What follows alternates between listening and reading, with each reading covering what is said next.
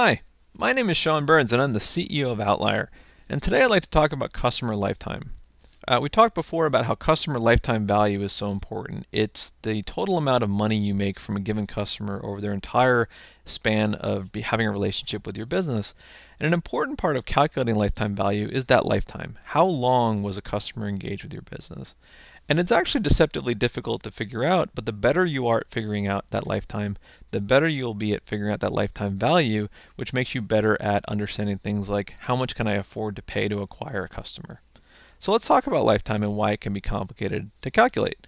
So if you think about a customer lifetime, it's actually simple conceptually. You have a new customer, they exist for a while as a business relationship, and eventually you lose them for various reasons. And that's pretty simple. However, it gets complicated in the middle because a customer may go quiet. They may go quiet for a day, a week, a month, and eventually come back again. And if you have an e-commerce site, maybe they buy something, but then they don't buy anything for a month. Or if you have a website with content, maybe they read an article, but they don't read an article for a month. So did you lose them? Did they go quiet and they're going to come back? Customers will rarely tell you that that you lost them. They'll just quietly go away. And since they aren't telling you that you lost them, you have to somehow be able to tell the difference between a customer going quiet and actually having lost them. So there's a few ways to do that. I'll talk about two basic ways to do that today. One is called windowing. The second is called last action. There are more advanced techniques that I will leave for future reviews. But let's start talking about windowing. So when a customer becomes a new customer and they eventually go quiet, windowing has you set a period of time, which is called the window. It could be weeks or days or months. And after that window, if the customer hasn't come back, if they haven't interacted with your site again, you consider them to be a lost customer. That's fairly straightforward. Now, what happens if then they come back again after that window is over?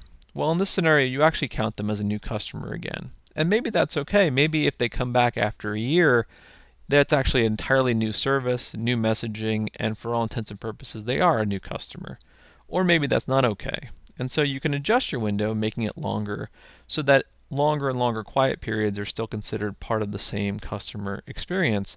And the only downside of doing that is if you choose a long window, like a year or 6 months, that's how long it will take before you realize you've lost a customer. So it's going to be 6 months before I realize I actually lost this customer 6 months ago.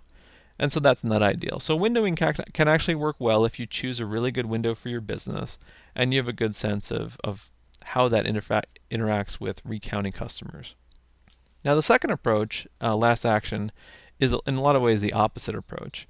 And what it does, it takes advantage of the fact that in between becoming a new customer and being lost, customers interact with your business. They take actions. They may buy things. They may read articles. They may share with their friends.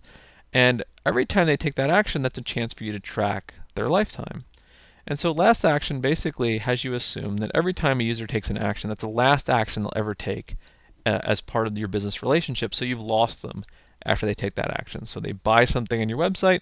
That's great, but I just lost you. And then you buy something again, you go back and say, wait, I was wrong. Let me update my customer lifetime. I actually lost them now. And then it happens again and again and again. And while that seems repetitive, it actually is very useful because it means that at any given point, you know what the minimum customer lifetime is. You don't know what it actually will be. You are probably by definition underestimating it. But I don't have to wait 6 months to figure out when I lost customers.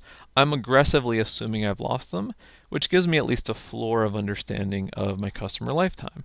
And for a lot of businesses that have very high frequency, where customers use it every day or a few times a day, this can actually work quite well because once you don't see a customer for a while, you know you probably lost them. And so this actually ends up being a very useful tool for calculation of lifetime value overall.